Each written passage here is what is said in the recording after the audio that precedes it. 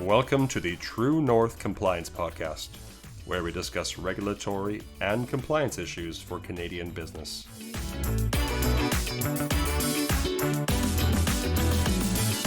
Hello, I'm Sean O'Hara, and thanks for listening. Today's episode is the first of a YouTube live stream series I am doing with my co-host John Juricic, who is the facilitator of the Sidney Breakfast Club. This series is the Sidney Breakfast Club After Hours. Our topic this week is a food sustainability and security conversation with John Espley. I hope you enjoy the show. All right. If it's after hours, shouldn't we have party hats and drinks in hand? All right. That's great. And for those participating in this, and there's at least 40,000 of you, you're allowed, of course, there's a chat feature, and please participate with us. We would love to chat with you and take any questions. Okay, what is this? Why are we doing this? Sidney Breakfast Club is a monthly industry networking group that meets out on the peninsula. And that group is getting very robust, and quite a few people show up on a monthly basis. We're now averaging 60, 70 people, and we're chatting all about industry-related activities, specifically in the last 6 months around tariffs. And so there's really, the meeting time is an hour and a half, so between everyone eating, everyone introducing themselves, and the speakers, there's really not much time to get into the meat and potatoes of some of these topics. So we decided to set this up and start to get into the meat and potatoes of key industry issues, not only on the peninsula, but Lower Vancouver Island. And at our last meeting, we had a South Island Prosperity Partnership representatives talking about how their survey work for the last 6 months, a summary of their survey work. And it was interesting that there wasn't a lot around food security or agriculture. That was brought up by you, John, and I thought that would be a great topic to start this series of After Hours, talking about food sustainability, food security, and most importantly, the economics of all of agriculture and food security going on. Mm-hmm. So there's actually no better speaker than John Espley. John, why is it that I picked you? Do a sales job for me, buddy. Well, first off, I can't provide the meat, but I might be able to provide the potatoes. Right on, excellent. That's funny.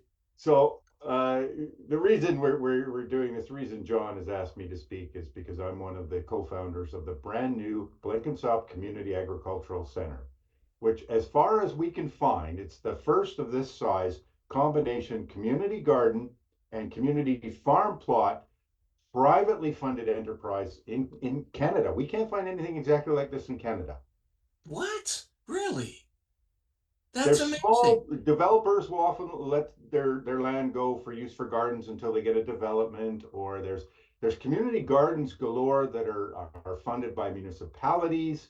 There's even regional districts and the province and others that will get into larger farmers. But to have a combination like this of its size and be privately funded, there's no taxpayer dollars supporting this, is unusual.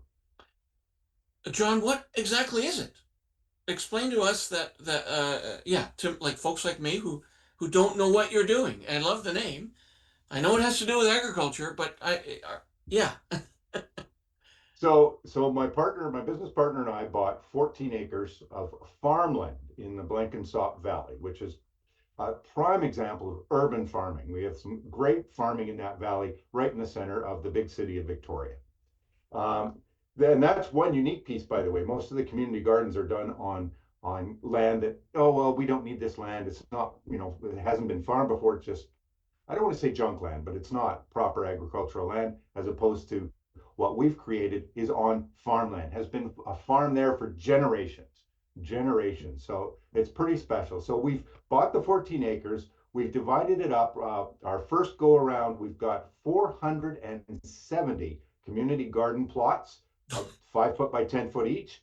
And then we have a whack of 1/8, 1/4, or 1/2 acre plots for those who want to farm and do more with what they're growing. Where did this? Where did you determine there was demand for this, John? Like that comes to why? Like, are people beating down the doors to get these plots or what? Yeah, well, it's interesting. My business partner owns Tough Turf, which actually is on one corner of our property and Mhm. services the plots with their soils and compost and other supplies. But he's had that for a while, working with the owner of the agricultural land, of course, where he's sitting. And we talked about what more can we do with this land, because the owner of the agricultural land wasn't making any money. He was leasing it out. He wanted to retire. He'd been a farmer long enough, and he's leasing it out and really wasn't making any money, barely paying the taxes on things. So what could we do better? So we looked into how do we turn this into a community amenity, and investigating community gardens, not just in Victoria, but around the province, hundreds on the waiting list. One large one that we work with in Vancouver, 4 years minimum wait list just to get a small Oh, community get garden out of here! plot. Really? And then for farmers, there are programs that'll help inexperienced farmers, or pardon me, that'll match farmers with land, but you have to have experience.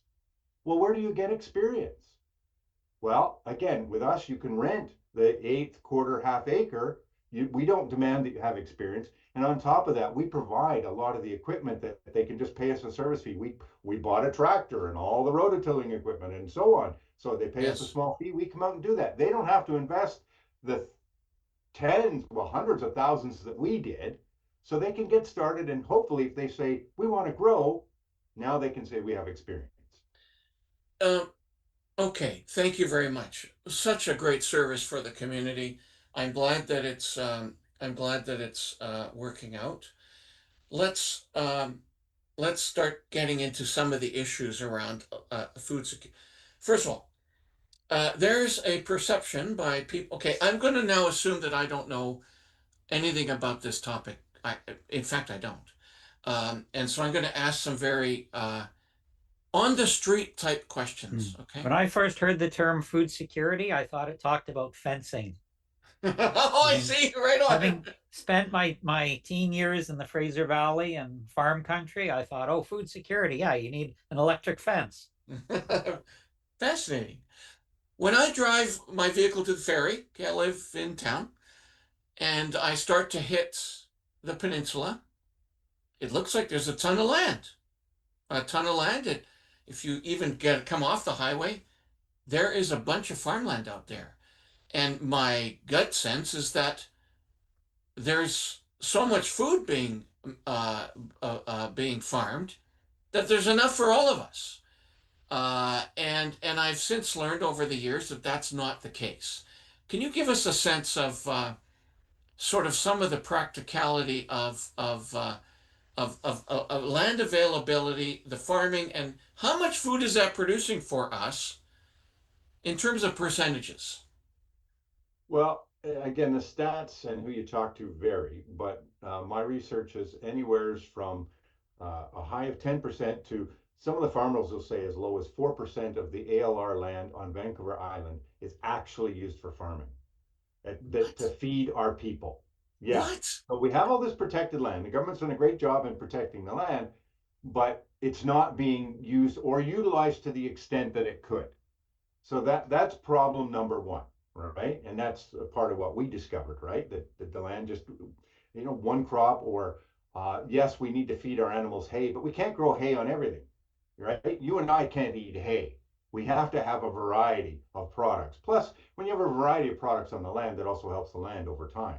So but commercial farming, this is where you get the difference between a large commercial farm and the small individual farms. There's a benefit to both.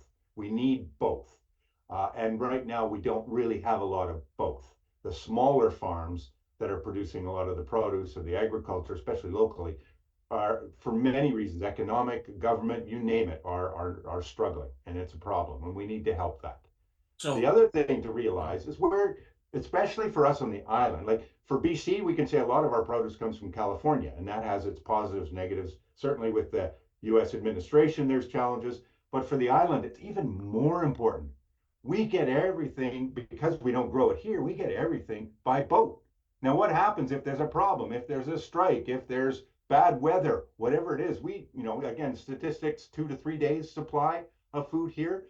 We used to have things. Let's go on to the meat part of the discussion. I remember in Langford, there used to be the Lily Dill processing. We used to process a lot of beef on the island. All that moved to the lower mainland or to Alberta and beyond to centralize, which commercially, I get big business, but it doesn't help us for local food security. If something cuts us off, you and I are eating hay. so let's just repeat this. So there's a sense that the land that's around us, that's being farmed, is could sustain food source for Lower Vancouver Island or the island for a long time. There's this, that is a myth.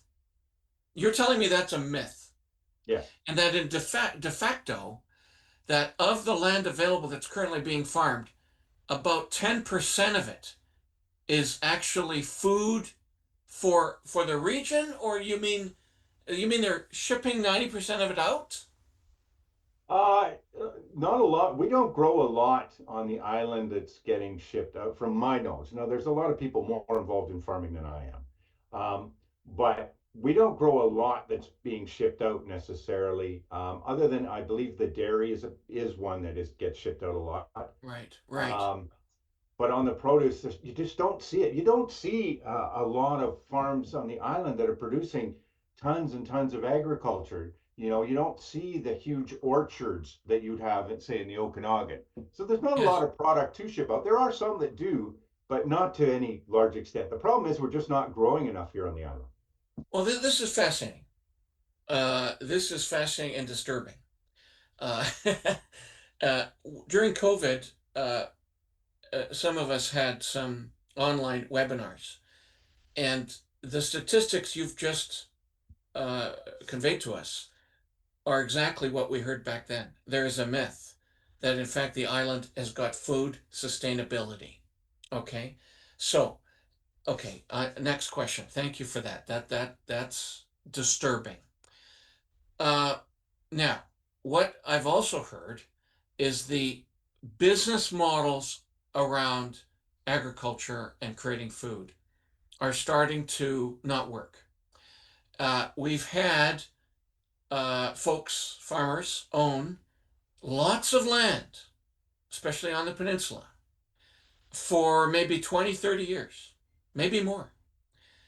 The model for that is now broken because of obviously growth and population and the need for housing. And so, because of that high demand for housing, that land, even if it's in the ALR, is starting to get very expensive. And therefore, as these farmers start to get into retirement age, uh, and they think about moving this land or selling it to somebody, young people who wish to be farmers cannot afford the land. So we're stuck with there's going to be a gap in which the land simply won't be used for agriculture. Have you heard that? Can you Well, absolutely. I mean, some of the things we run into, and you sort of see, and the ALR or ALC actually has made some adjustments to their credit, where you'll see a lot of farmland where they have some sort of retail operation in a corner of it. The best example everyone will understand is a winery. Wineries, right? So you have this huge orchard, but on one part of it, you have a winery that not only are you producing, but you're selling, you're doing the tours, and all that and all the tourism that goes with it helps pay for those orchards. Without the winery, it's a lot tougher for those. You don't see very many that don't have their own winery on site for that reason. They have retail. Even in the Okanagan, you'll see all the fruit stands and everything, and the ALC will allow that because it does help the farmer pay for the land, right? Especially if you're not selling in bulk.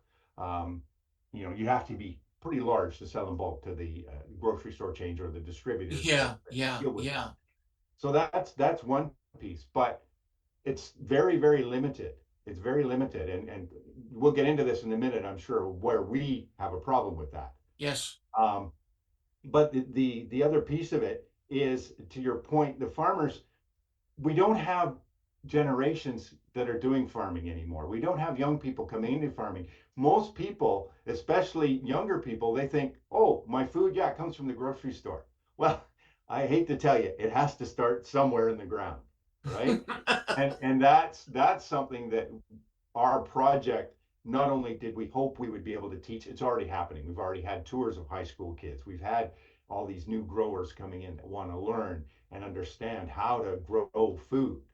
And that's something that we've done a terrible disservice in society. We've let the farmers down, or that just like we talk in the SBC, the Sidney Breakfast Club, about trades and tech, same thing, trades, tech, and now agriculture. Agriculture needs to be promoted.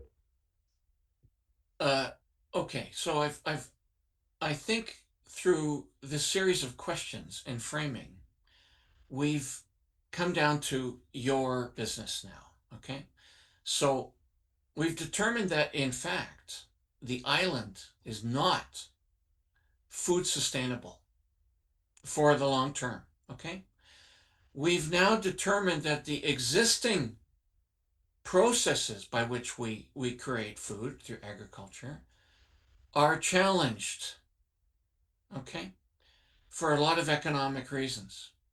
It would appear to me, John, that what you're doing, there should be 100 Blenkinsop Community Agriculture Centers kicking around where people might be creating their own food on their own, or someone who can't afford the 20 acres in North Saanich because that costs $300 bazillion might be able to afford a quarter acre on your piece of land.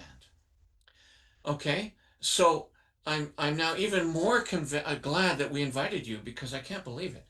So tell us barriers, challenges you've had to opening what should be a slam dunk business, considering the environment.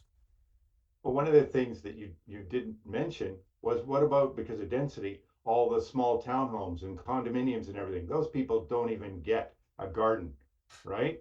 And even you talk about farm plots, but even in a 5 foot by 10 foot, do you know how much produce you can grow? If you're a couple, you can feed yourself for a long time on that 5 foot by 10 foot plot. If you I did wouldn't know, potatoes, really. you could feed families in just a couple of square meters of potatoes.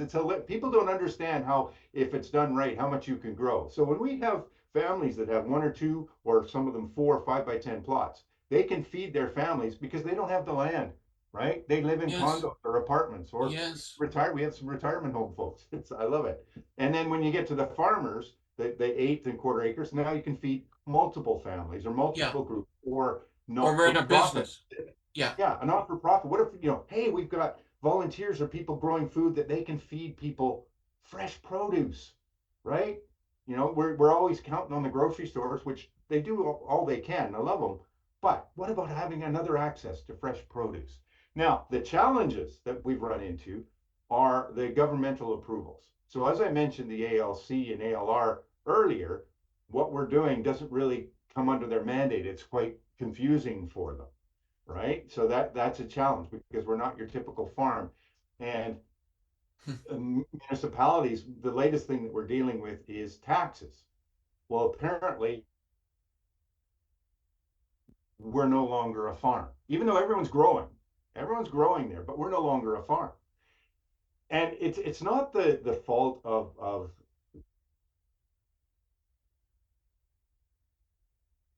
programs themselves. We froze a bit there. Did you get all we that? did. Sorry, can you start again? It's not the fault of. Well, I was saying the fault of, it's not the fault of the staff in the various levels of government that have to deal with it. It's the way we've designed the program. And in our case, we didn't think we'd be doing this, but we're breaking ground. We've created something new where they're going to have to create, I shouldn't John, say and have for to, the to viewers, sorry, you're designate a freezing. farm. Sorry, you're freezing. Hold on a sec. Just for the viewers that are watching and for our own purposes. So we're on a Zoom call that is now transmitting live onto YouTube. So we're sort of piggybacking. So inevitably, we're going to get some bandwidth issues, I suspect. So I'm sorry about that. We were quite smooth there up until a few minutes ago. So how about you start again, John? I'm sorry. I got a message that my net connection was unstable and I'm hardwired, so Wow. Okay. could be things happening. I've been posting into the chat some things that have come up, like John's website is in there, and then Okay. the link to the ALC, the Agriculture Land Yes. Commission, Well, and the link to the Sidney. Breakfast Club. Now I'm losing you. Okay. Well, this is excellent experience. I think I got John back. Sorry, John. I hear you, but you're frozen. Oh, Oh, okay. now you're moving. There we go. Okay. Interesting. So we're at about the There you we're at go. about the 20-minute mark. And you know what I'm going to do is I'm going to help out. I'm going to help out Zoom, and John, if you could do the same. And uh, I'm going to hide myself here, and see if that will. Whoops. Can you guys hear me? Yes. Okay. Well, I've hid my video. All right. Well, we're having some technical difficulties. I don't want to. I want to bring myself back. How do I do that? I'm going to go to hide self view, so you should still see me. Show self view. Okay. Yep. And now I've we've gone lost blank. myself, and I think that. We're live YouTube. It's just become a radio program. Right.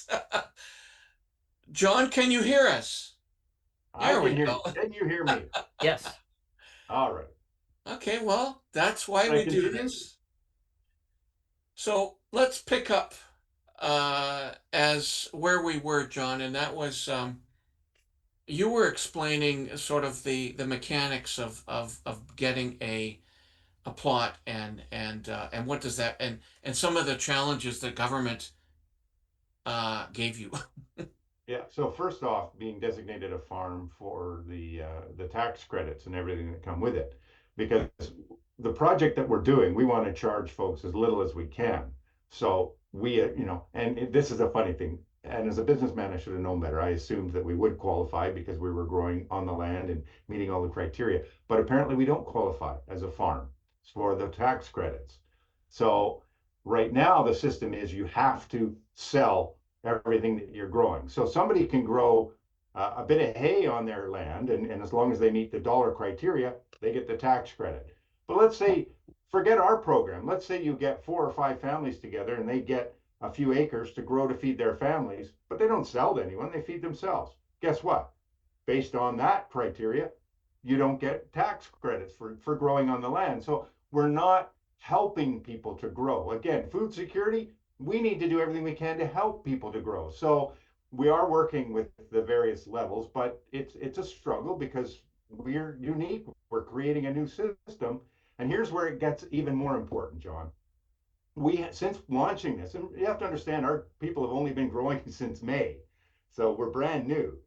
I have had hundreds of calls and people from all over the province, the CRD, up as far north as Prince George, all over the lower mainland that want to talk to us, want to tour our property and say, we have access to land or we're looking to get access to land and we want to do what you do.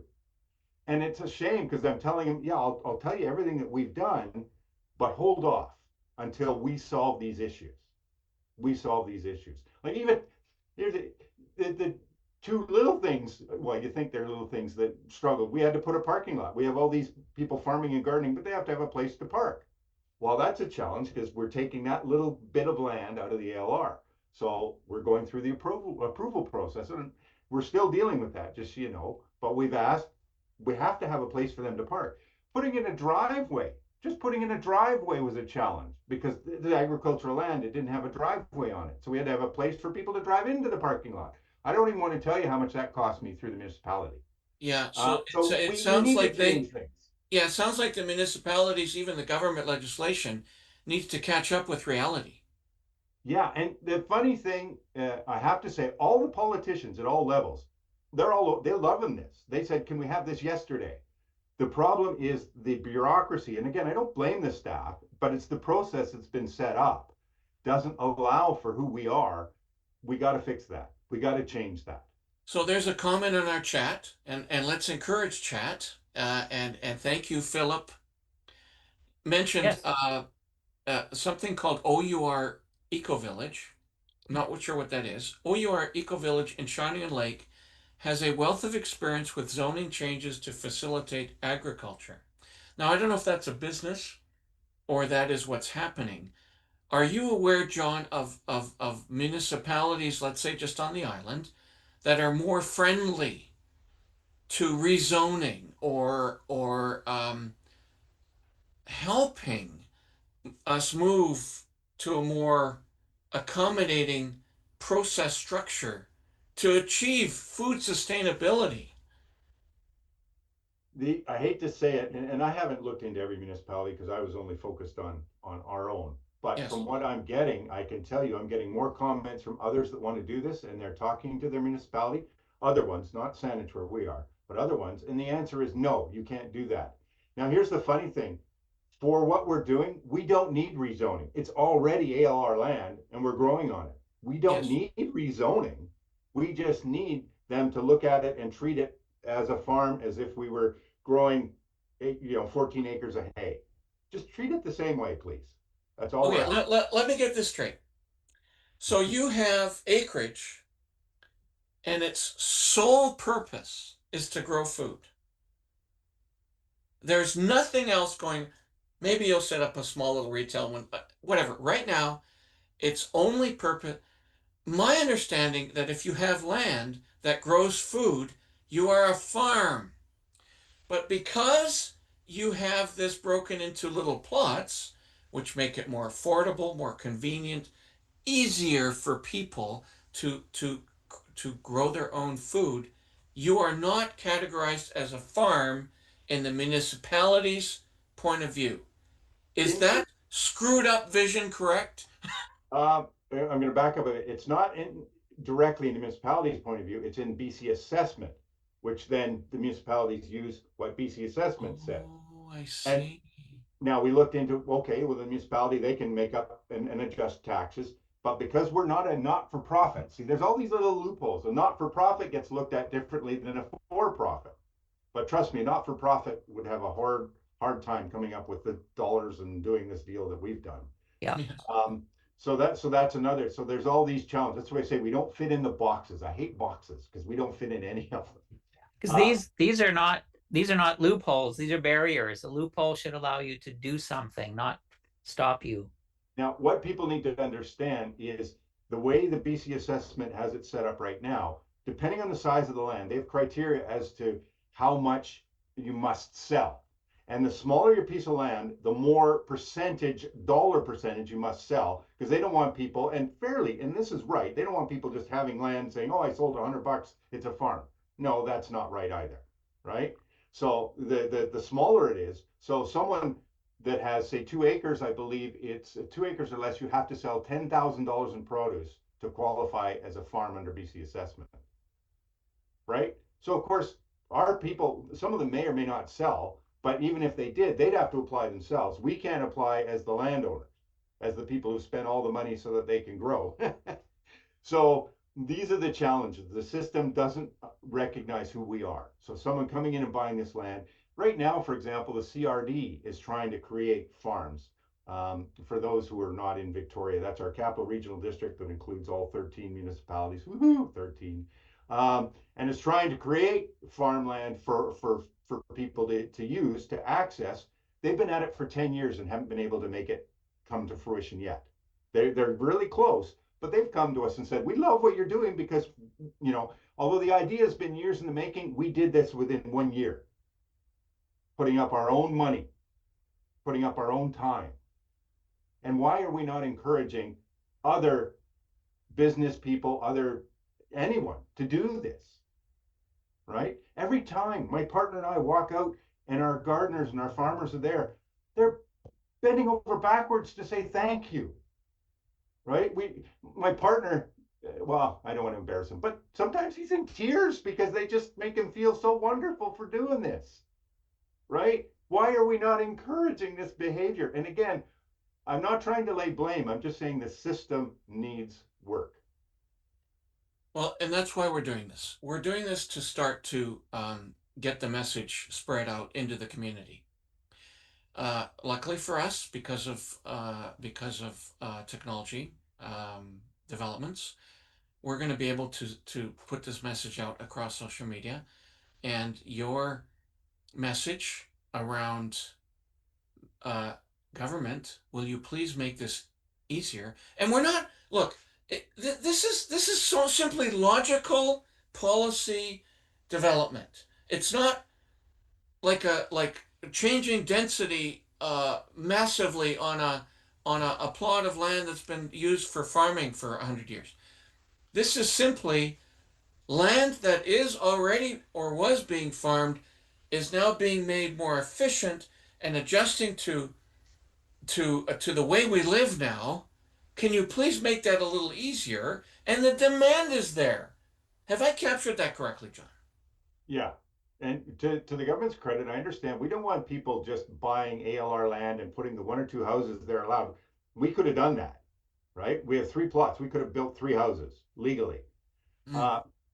And just getting and not doing anything with the land. I get that. We don't want that either. So there's a fine line there. So they're going to have to come up with a box that fits what we're doing, some sort of assessment process that fits what we're doing. But I don't see why they can't do that. It's possible, and we're willing to work with them to make it happen. Because again, just in the little time we've done no advertising, but all these calls coming in of people that want to emulate or copy what we're doing. There's a need out there.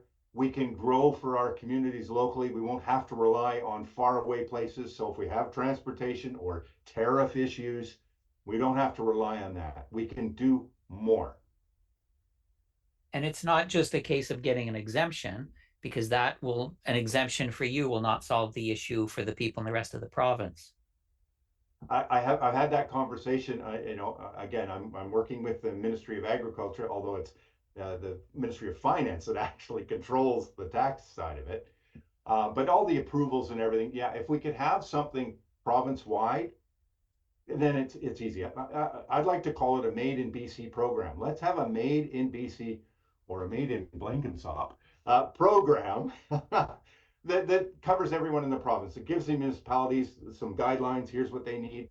Sets the tax rate. So here's what you're going to have to do to assess this property, and it's fine. Let's get that created. And I don't see why we can't. I don't see why it needs to take 10 years. I haven't been told that, but just John, you and I have been dealing with government for a long time. Let's not take 10 years, right? Let's get it done now. But the need is now. This is very encouraging. From a framework of that was somewhat discouraging. This is very encouraging. You're a visionary, John, and really appreciate what you're doing. I know likely you and your partners have put a fair amount of money. There's things that have to be done to do this, and we now need government to start accommodating visionary businesses, especially in core businesses like food production. Oh my God. So listen, we want to be respectful to the bazillion people who are watching. Thanks to all of you. Thank you for your patience while we had a little glitch there in the middle. That'll be fascinating to know why that happened.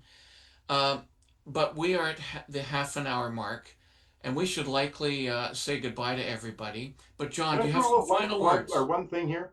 Yeah, of course. One thing that's even bigger scale than what we're talking about.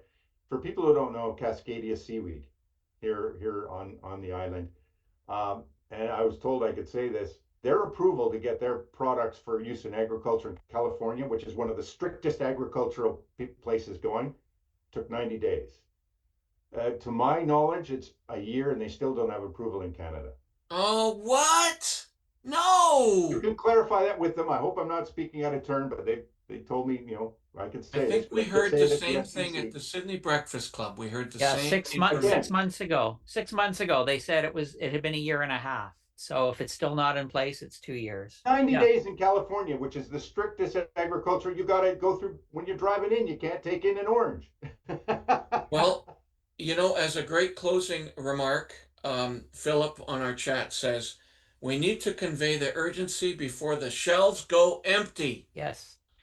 Okay, thank you, Philip, for watching. Yeah, one thought on that too is this takes time. It's not like, say, when the lockdown happened, that businesses, some of them had to pivot and realize, okay, we got a few days to switch or start manufacturing something. Food takes time to grow. So if the boats stop, we will be turning to, I won't say cannibalism, but it can take weeks to start getting something going. Absolutely. John Espley, thank you very much. Sean O'Hara, by the way, Sean, I didn't allow you to introduce yourself. My apologies. I'll get better at this. Okay. Sean is a brilliant digital marketer. His company provides digital marketing services to clients all across the region. John, thank you. And we're gonna talk about this again in the fall. I hope that you will join us. I love it, and thank you for what you're doing, helping all these businesses out, John. Sidney Breakfast Club is doing an incredible job, and I learned so much at every meeting. I really do enjoy it. Well, folks are going to learn from this. I'm now going to end the stream, and let's hope that happens. I'm not going to end the Zoom call, so take care, everyone. Philip, thank you for your contribution. See you next time.